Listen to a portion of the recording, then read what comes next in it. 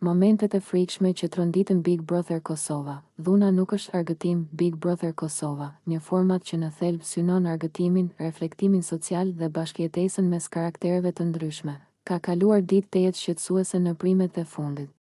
Ajo që publiku ka parë nuk ka qenë më thjesht debat apo konflikt verbal, por akte të hapura dhune, të papranueshme dhe alarmante, që kanë lënë shije të hidhur tek shikuesit në ditët e fundit. Shtëpia e Big Brother është shndërruar në skenë tensioni ekstrem, ku disa banor kanë kaluar çdo kufi etik dhe njerëzor. Dhuna ndaj Dolçes, një nga momentet më të rënda ka qenë dhuna e ushtruar ndaj Dolçes, e cila u përball me sulme të ashpra verbale dhe presion psikologjik.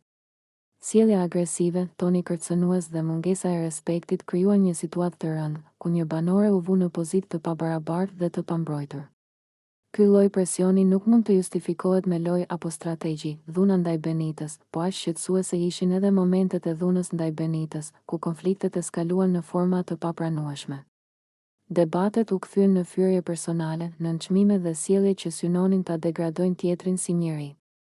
Këto pamje nuk përçojnë as edukim, as shembull pozitiv për publikun, sidomos për të rinjt që e ndjekin programin. Dhuna ndaj Fjollës.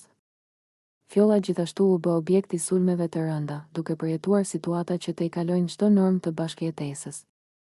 Në vend që konfliktet të menaxhohen me fjalë dhe maturi, ato u shndërruan në shpërthime emocionale agresive, duke e bërë ambientin e shtëpisë toksik dhe të frikshëm. Rasti i Albës, hedhja e ujit në fytyrë. Një nga momentet më të komentuara dhe më tronditëse ishte akti i Albës, e cila i hodhi ujë në fytyrë një banori tjetër. Duhet thënë qartë, nuk i hidhet ujë askujt në fytyrë. Ky është një akt poshtërues, agresiv dhe formë dhune, pavarësisht se nuk lë pasoja fizike të dukshme. Të relativizohet një veprim i tillë është gabim i madh. Sjellja e tillë u perce.